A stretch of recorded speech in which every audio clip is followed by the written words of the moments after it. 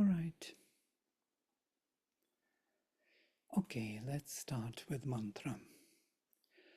Om Vang me manasi pratisthita mano me vachi pratishthitam aviravirma edhi vedasyama ani sthaha shrutam me ma prahasihi anenadhitena horatran samdadhami ritam vadishyami satyam vadishyami tanmamavatu tadvaktaramavatu avatu mam avatu vaktaram avatu vaktaram.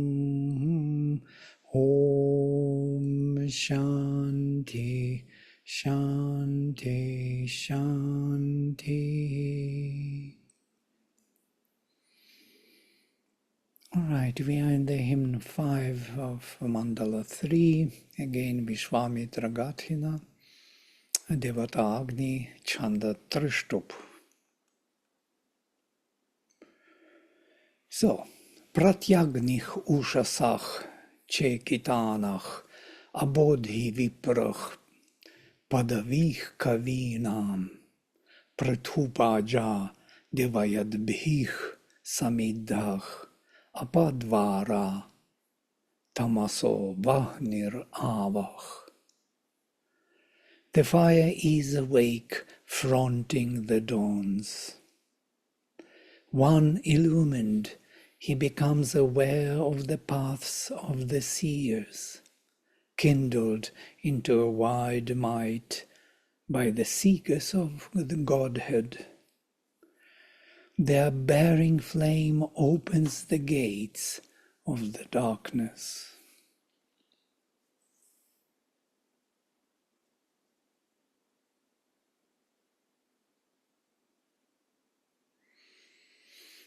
Okay, Agnich Abodhi. Abodhi Agnich, there is another hymn. It's a constant phrase in the Rig Veda. Agni is awake. Prati is awake, kind of fronting against Ushasach, against the dawns. When the dawns come, when the dawn arrives, he awakes. He is awake. Chekitanach, he is conscious. Sri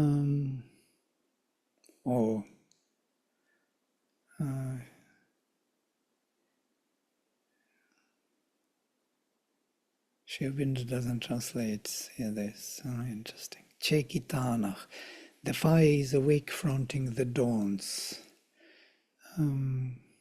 One illumined, he becomes aware. Becomes aware, Chekitanach. He is aware and conscious, I translate. Conscious of the paths of the poets. Padavih Kavinam. And shining and trembling in ecstasy.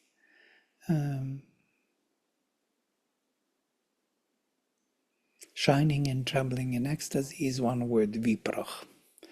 Sri Aurobindo translates Viprach, one illumined. But in many places he translates it differently.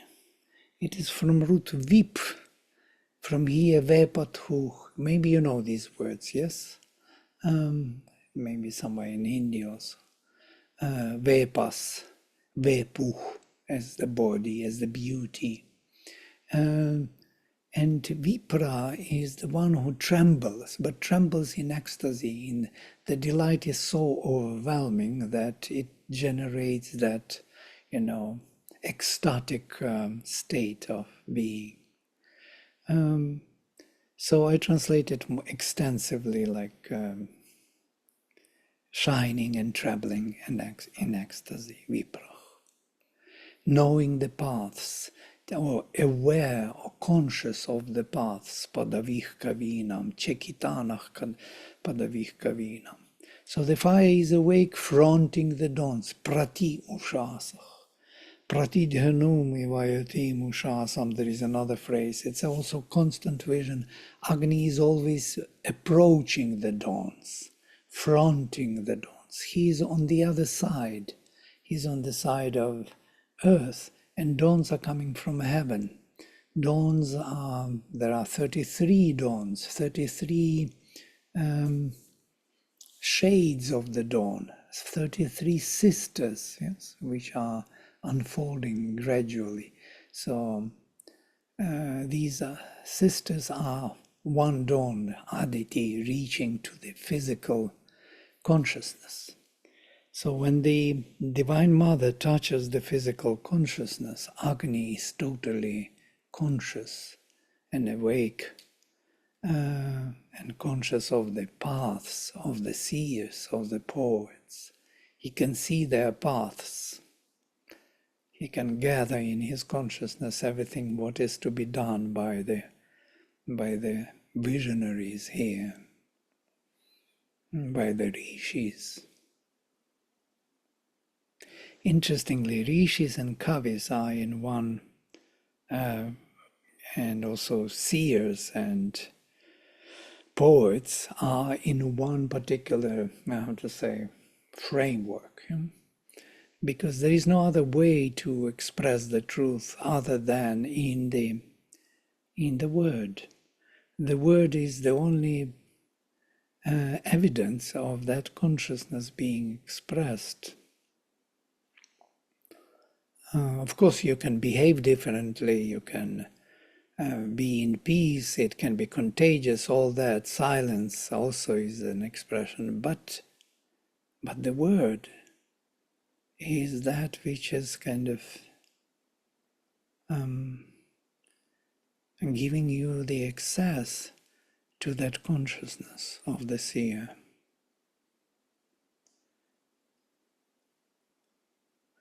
So what I want to say, it is only through the word that consciousness can be expressed, and also we can access it, we can come to it only through the word. Because the word is not only the verbal word, it is also the self-expression or need or aspiration, flame in you. Yes? A prayer, a silent prayer, a wordless prayer is also a word. It is the expression of your consciousness to join a higher or deeper consciousness in you. This is the word. So he is conscious of all the paths of those poets, of those self-expressions or aspirations of the souls he embodied on earth to receive higher consciousness. And he is flaming, he is awake, fronting the dawns. So, and then Prithupaja Devayadbih Samidhah, and totally kindled Samidhah by those who seek the divine manifestation, Devayadbih. This is a typical Vedic word, Devayat. It's like Devayati, as causative Devayati from Div. Yeah, I'm speaking to the Sanskrit students. So Divyati and Devayati. And Devayati is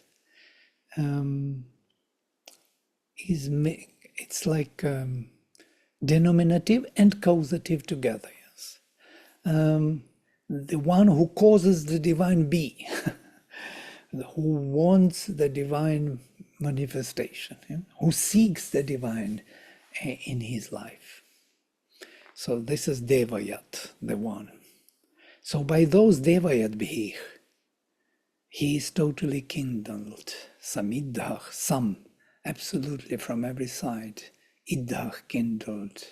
Prithupaja, whose stuff, whose substance, mighty substance is vast. Prithu.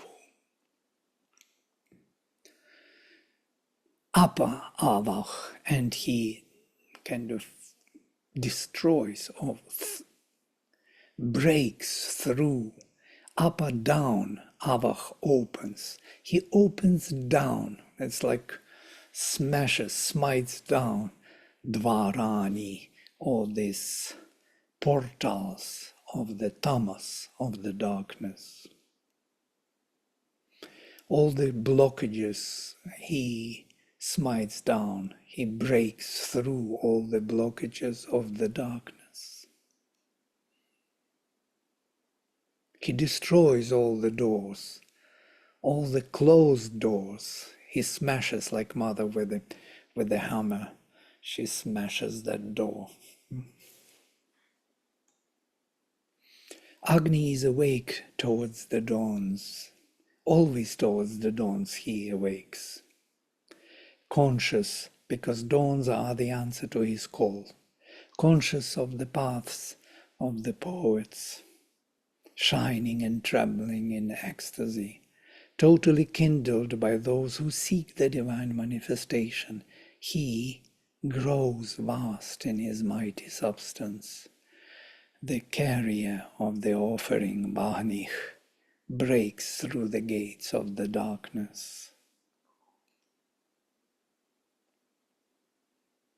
piercing the darkness with his flames.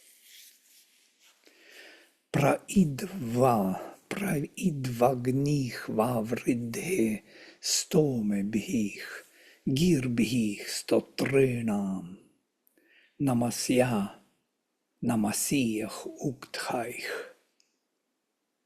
purvih ritasya samdrishach chakanach samdudach adyaud ushaso viroke. Ever the fire increases by the louds. The words of those who hymn him by their utterances, one to be adored with prostrations, the messenger who desires the many seeings of the truth, has shone out in the wide flaming of the dawn. There is the whole saga, or the whole, how to say, beautiful interaction between Agni and Dawn. She comes to him and he is rising high. And when he's rising high, she extends and he extends with her and becomes universal. Through her light, he becomes universal. He embraces the whole world. So that's what it is here. He has shone out in the wide flaming of the dawn. So he is joining with these flames the light of the dawn, and they become one.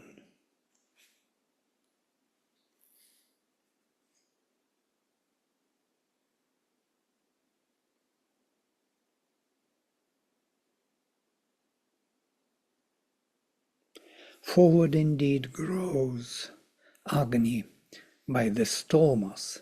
Stomas are those hymns which are reaffirming or affirming or establishing the presence of the deity within us.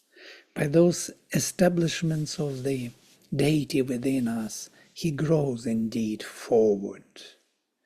By the voices of those who establish him within, by stotrinam girbhich, by the expressions of the soul of those who established him in themselves,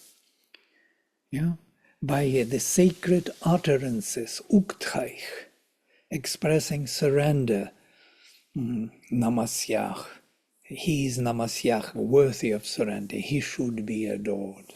He should be surrendered to by the ukthaich, by the words, by the hymns, by the sacred utterances. Vast and complete vision of the truth he seeks. Purvih samdrishach. Ritasya samdrishach, of the Rita, he seeks, he wants, Chakanach, fully flaming as the messenger in the vast light of the dawn. Sam Adiyat, that means absolutely flaming and joining as the messenger. He suddenly flames out when the dawn, the light of the dawn appears. He becomes brighter. You remember the description of the mother when the supermind touched the earthly atmosphere. She said that every psychic being in every being became like 100-volt bulb. It was like 5-volt, very, very, very small light, and then suddenly they brightened up. So this is the most probably appropriate vision. With the arrival of the dawn, or the light from above, from the transcendental, our psychic being reacts and flames up.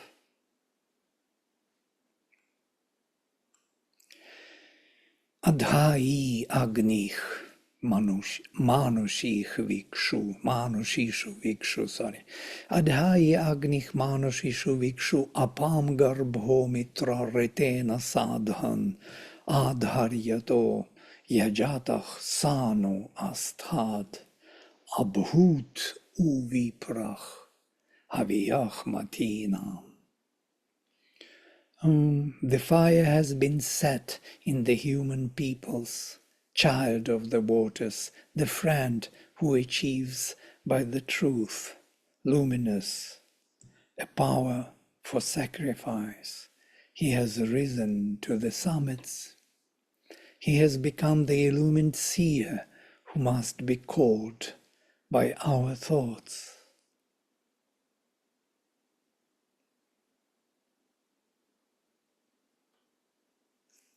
Established among the human peoples, those who entered into this manifestation.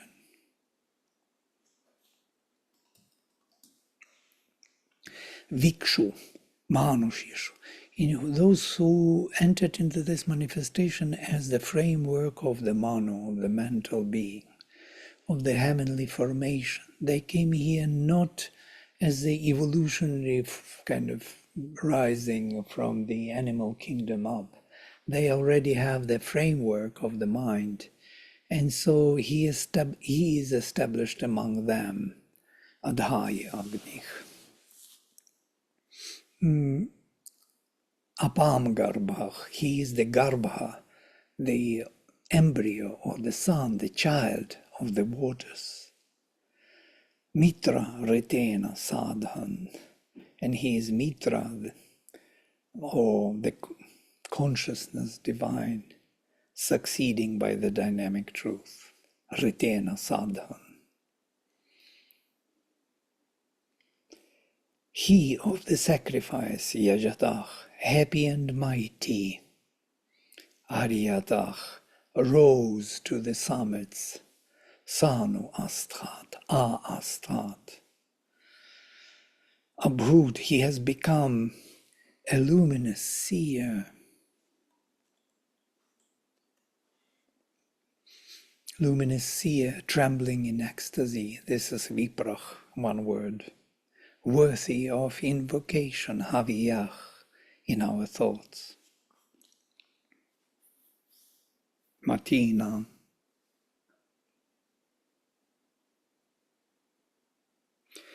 Established among the human peoples, those who entered into this manifestation, the child of waters, consciousness divine, succeeding by the dynamic truth, he of the sacrifice, happy and mighty, rose to the summits. He has become a luminous seer, trembling in ecstasy, worthy of invocation in our thoughts. This worthy of invocation in our thoughts made me think today. He is to be invoked in our mental activities or concentrations of consciousness. We have to kind of focus our consciousness on him. He is to be invoked by our focus. This is the whole change of our being depends on the inner change of consciousness only, carrying in our thoughts the one to be invoked. We make him a luminous leader of our lives, the ecstatic priest of our journey. There is no other way to invoke him. We need to use our mind. We need to use our consciousness focused on him, and mind is that tool or that means to focus consciousness on him. Of course, we will have to have some kind of experience of him, but once we have it, we know on what to focus and then what to kindle and what to increase in our life, and we can do it. What is interesting, this idea of him becoming a more and more, as it is said here, Viprach, or the one who is rising to the summit of our consciousness. By the dynamic truths he succeeds, and in our thoughts we have to invoke him. This is something from Savitri I was reading the other day, and this fiery march. This is something interesting. When Satyavan meets the mother, Satyavani is the symbol of this flame within the soul of humanity, meets the mother, Savitri, who is this dawn reaching to him, yes, and creating a new world. So he has this passage, I think this is totally Vedic, especially the last, flaming gods from here. For now another realm draws near with thee, and now divine voices fill my ear, a strange new world swims to me in thy gaze. Approaching like a star from unknown heavens, this is the dawn coming from the supermind.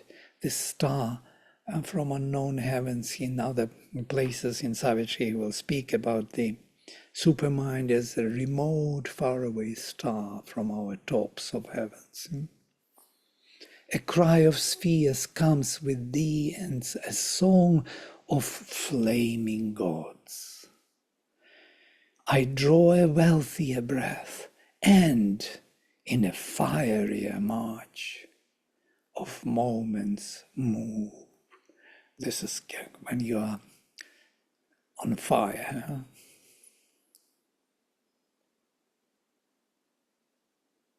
Flaming with ecstasy.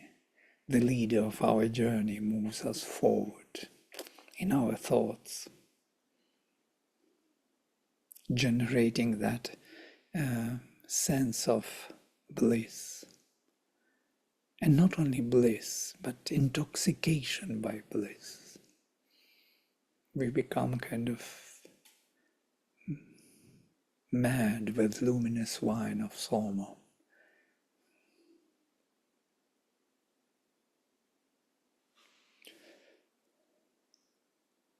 So there are very interesting parallels. We don't do it often, but we should do it more. How Sri Aurobindo uses this imagery in his Savitri, how he takes it and puts it into work in a different framework. I will take one more. Mitro Agni bhavati yat samidhah. This is a typical phrase. It is met in different families of rishis. Mitro Agni bhavati yat samidhah, mitro hota varuno jata Veda, mitro adhvaryuh ishiro damuna, mitrach sindhunam uta parvatanam.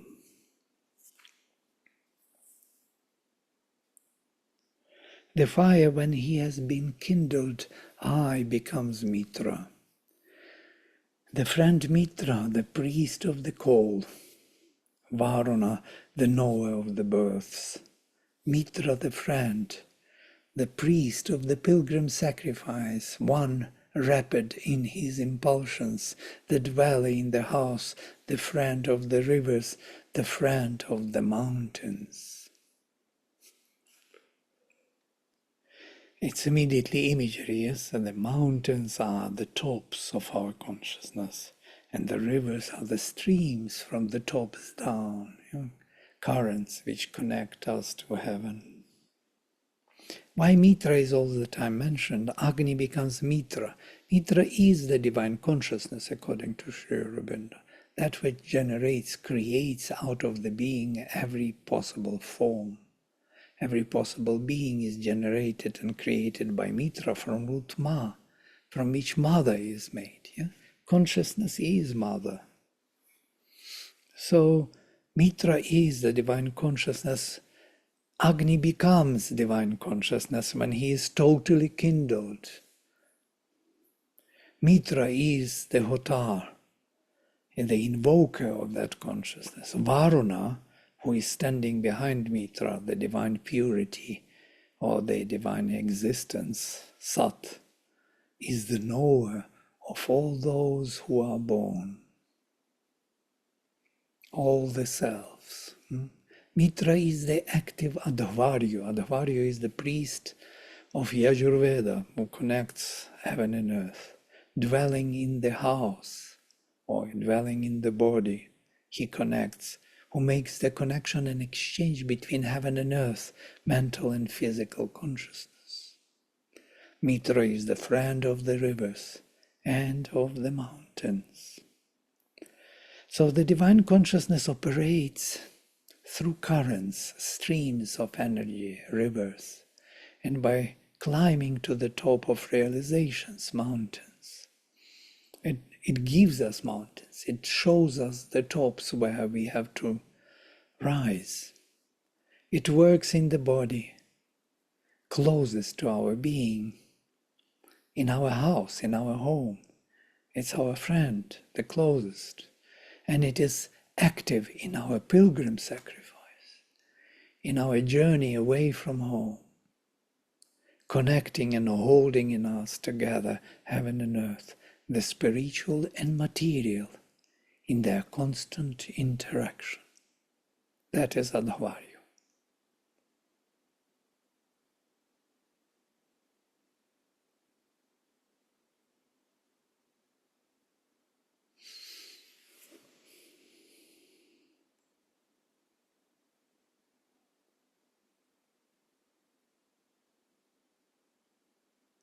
Shall I take one more? Oh, you're already burning. No, okay. Pati priyam ripo agram padam veh.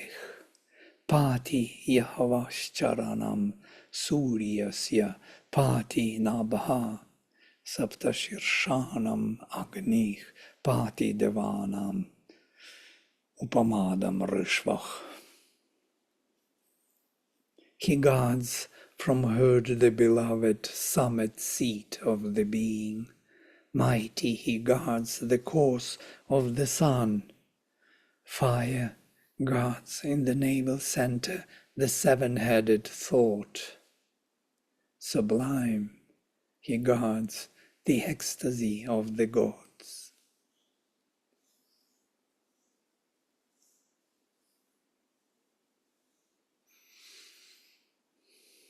Pati. Pati means protects. But there is root pa, as you know, Pibati in the first class and Pati in the second class. The same root in two different classes has kind of two different meanings. One is drinking, filling oneself up, and the other is protecting. And they are related. Of course, they are related. And the meanings are related. When you fill yourself up, you become full, fulfilled, and thus protected. There is no gap in you which can be kind of dominated or pervaded or entered by some other entity. So there is, you are full, you're complete, and in that sense you are totally protected. So we can have this meaning of fulfilling, filling, yes, or yeah, with one's presence, with one's substance, filling with his substance the beloved top of the soul, of the soul. I am translating vech. Interesting, the word is used in the Veda all the time from V, which means the bird flying in the sky. Padam vech, vech is here genitive case, shashti ekavachana, of the bird, state of the bird, yeah? The top, and beloved, he fulfills, or he protects, guards from rip, from the deceiver, injurer, fraud, deceit, enemy.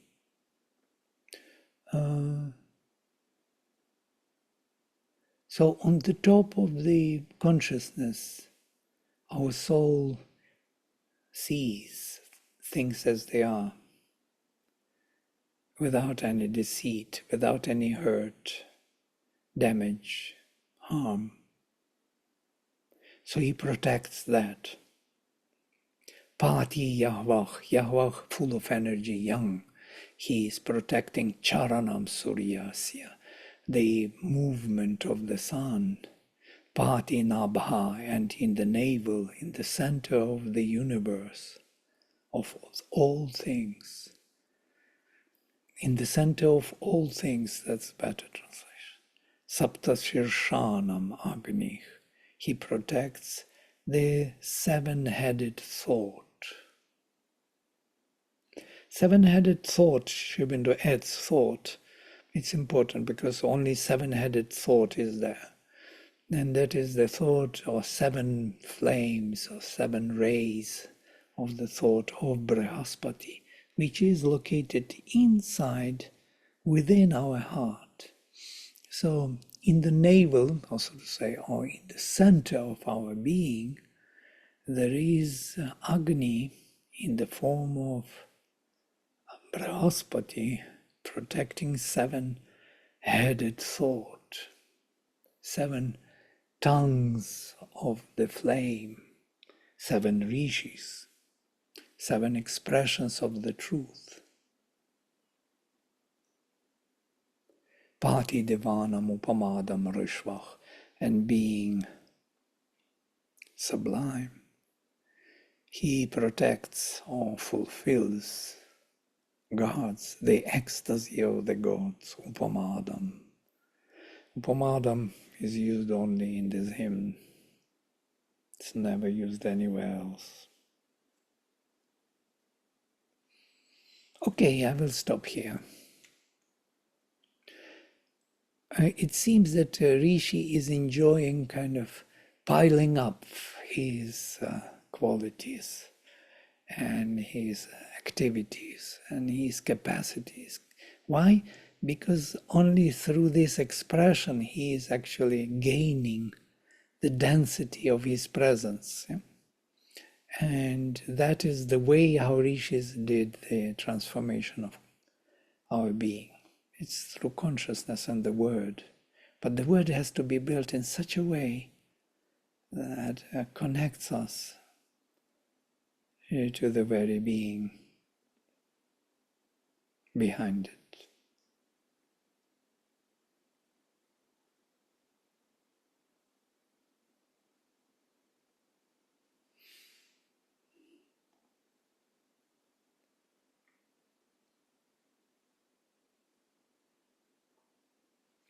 Okay, so some thoughts.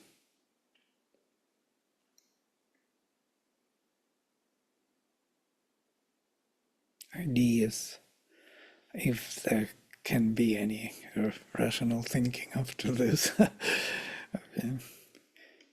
The brain feels kind of burned down. Nothing comes, no logical connections anymore. They are all demolished.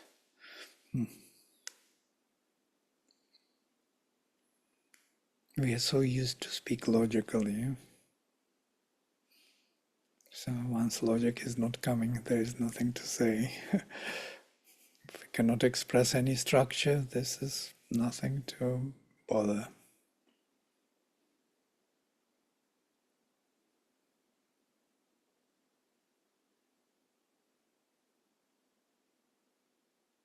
If we don't speak the language of I love you, the divine, yeah. I flame for you with all my being. I thirst for you more and more, and please don't leave us here. Come to us. We are waiting for your delight, for your fulfillment. Those who watched yesterday the debate of two presidents, they should run into the Rig Veda with all the power and find refuge in it, because that is the end of the story. This is a total disaster. There is no way out, neither left nor right, nowhere. Only the divine is the solution. So we are pushed towards the divine.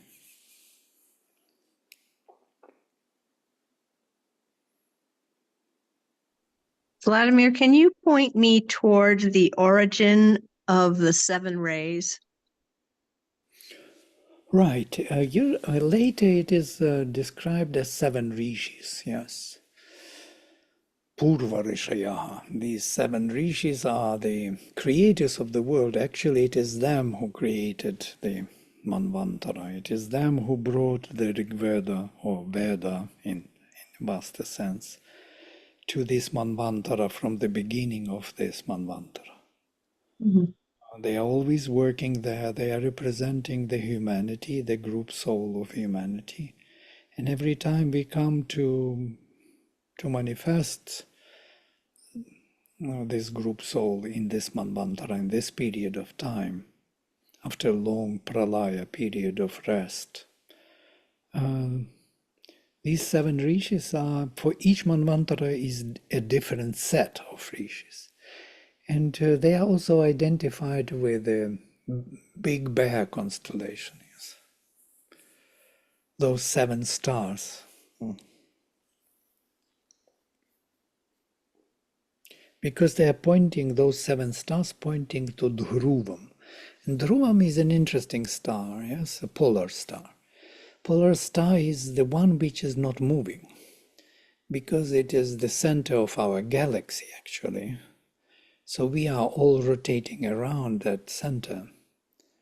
So there was an interesting orientation towards vast, and not only towards solar system, but towards galaxy, yeah? Universe. And from here we have the northern direction, and northern is considered to be the most auspicious for yoga, so when you do some exercises or prayers, you have to turn to the north and sit towards the north. Yeah? This alignment with the galaxy. Vladimir, can I ask you a question? Yeah. This is about the 7 rishis. You just mentioned that each rishi is responsible for one manvantara. No, 7 rishis for each manvantara. But Okay. different set of 7 rishis come. Yeah. Yes. Yeah.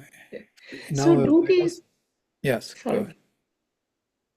My question was, does each set represent a different function or characteristic of that particular manvantara? Then there'll be a particular characteristic because it represents a particular set of rishis. Some of them are the same, like Vasishtha over several of them, yes, and some of them are new totally, like Vishwamitra comes only in this Manvantara. We have the whole story how he became Rishi also. So it's not always... Well, Vishwamitra is not part of the 7 rishis anyhow. It's interesting, but they bring different program for the group soul. It's not the same program. It is the same in the final aim, but by the means, it's a very different set of mantras, which will help humanity to come out and to evolve more. Sri Aurobindo has a very unique kind of study of these mantras. Maybe some of you know about it. Yeah, no. No. If you read them, it is something very interesting. And he goes through different, so if we start from the beginning, there were different stages of development, like Paishachik, Rakshasic, Asurik, Asurik, Daivik, Rakshasic, Daivik. So these were all kind of modulations or frameworks which we had to work out over a long period of time. And they are all inbuilt in us. We are kind of very complex beings in consciousness.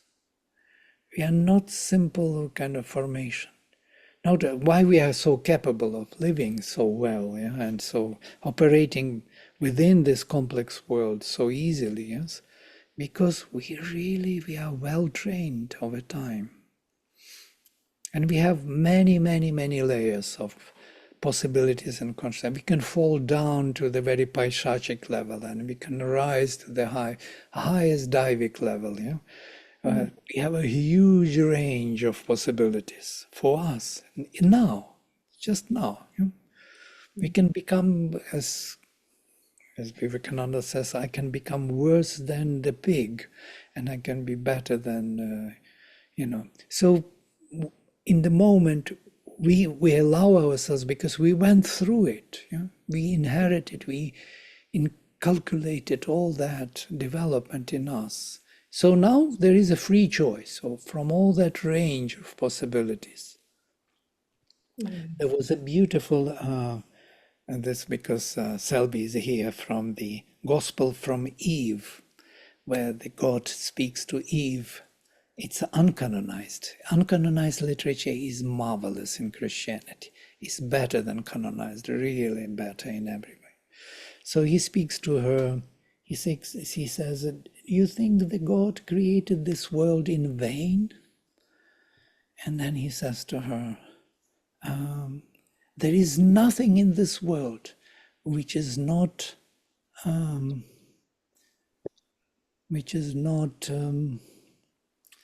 lower, not lower, he uses another word, lower than the lowest that you can experience. And there is nothing in this world which is nobler than the noblest that you can be. So the whole range is for your experience. You can go down to the inconscient and disappear there, or you can rise to the superconscient and be superconscient.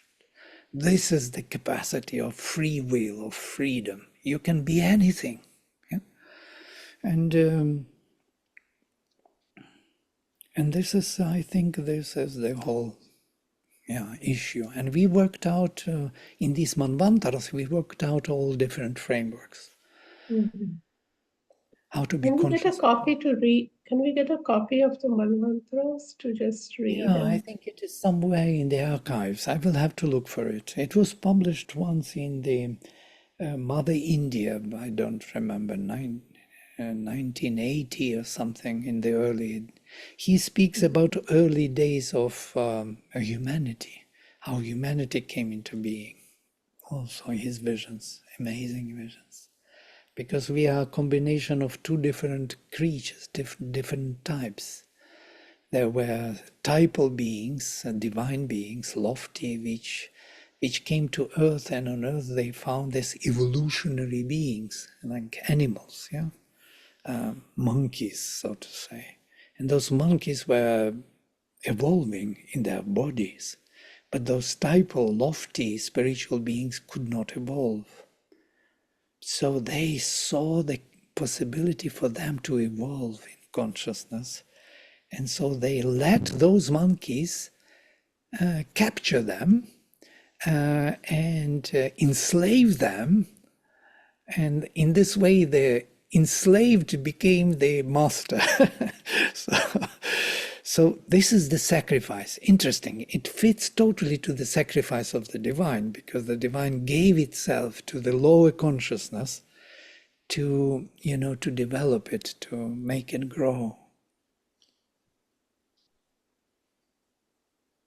It's something very unique of Sri Aurobindo, but it was in his notes and it was published, so it was not meant for publication. It's not for the, because people will start taking it, black and white and speak what Sri Aurobindo said and so on.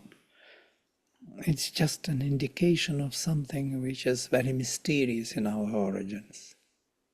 And you can see it in every culture. We have these blue bloods, yeah, the kings who are kind of heavenly origin, all these emperors of China and so on, and the common people, yeah, those monkeys. So we have pharaohs on one side and the common people. Everywhere we have this royalties of different origin, as it were. Of course, it's all muddled up and there's nothing true about it anymore. But the very idea survived.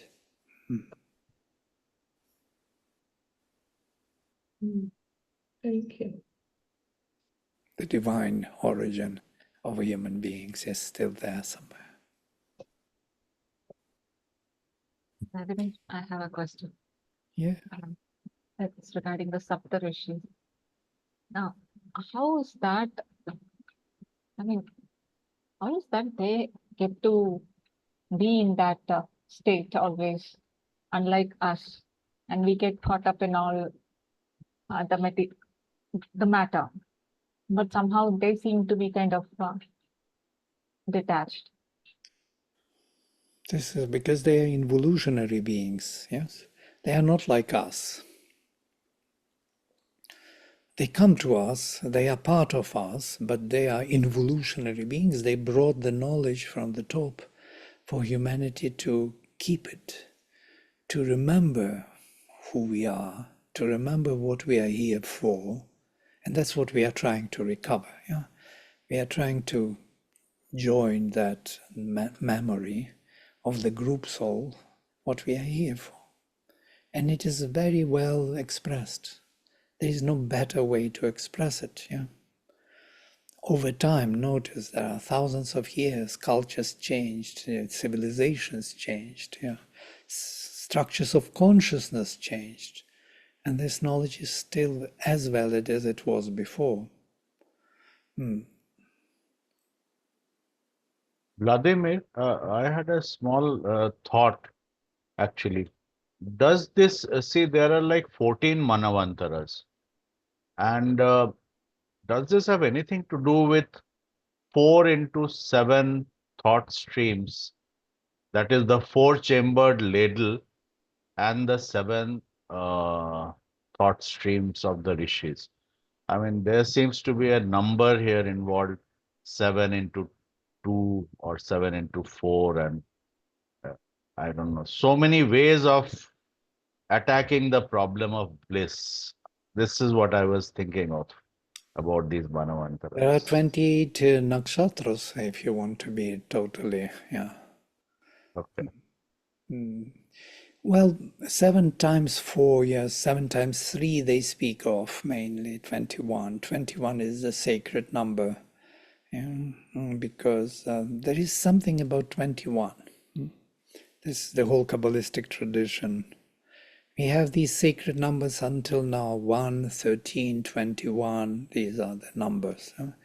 The 3 letters of the mother in Kabbalah, that is Aleph, Mem, and Shin. This is 1st, 13th, and 21st. In the cards they play always 21 is the, the winning number.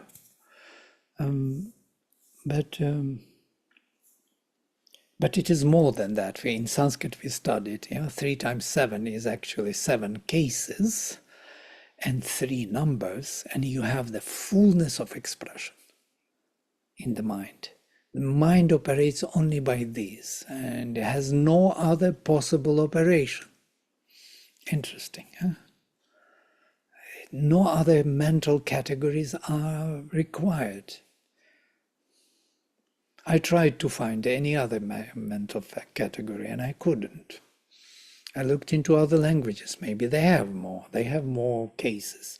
But those cases repeat the same. Yeah, there will be 3 varieties of instrumental case, like with or by.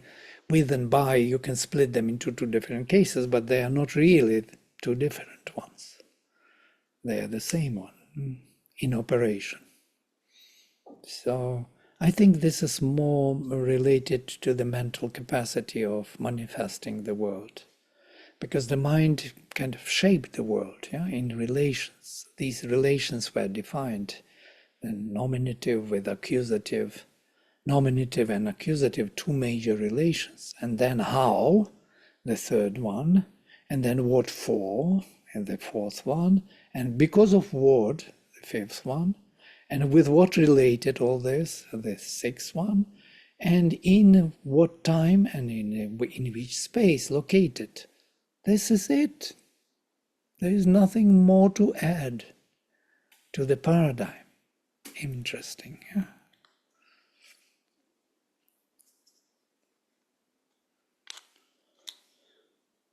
So if you add 7 more to it, you will have 28. Yes.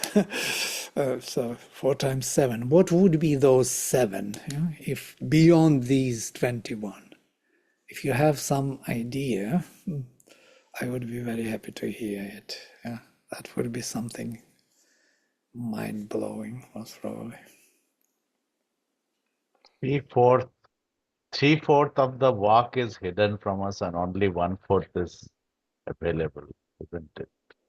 So Yeah, maybe in our minds we have 3/4 of the whole, but 1/4 we cannot express with our mind. It is exactly the reverse. yeah.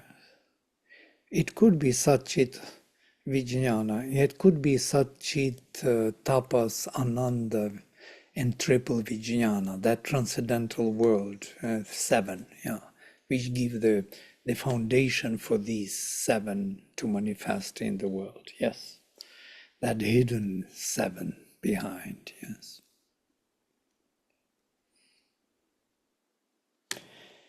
Great. Okay, so we can continue next time if there are no more reflections on this thoughts. It's not for much of thinking, but thinking is good also, because in the mind we are churning, we are holding it by that. We can't hold it without thinking, without asking, without contrasting, because our mind is like this. So we need to accumulate more and more material into it. The whole world has to come in one picture. But not too much. We have to hold on to that background which will lead us in the right logic. Otherwise we will be carried away from it. Okay, I will close the mantra. Om Sarve Bhavanto Sukhinaha Sarve Santo Niramaya Sarve Bhadrani Pashyantu Ma Kaschit Dukha Bhag Bhavet. Om Shanti Shanti Shanti. Shri Guru Bhyo Namaha. Hari Om. Hari Om.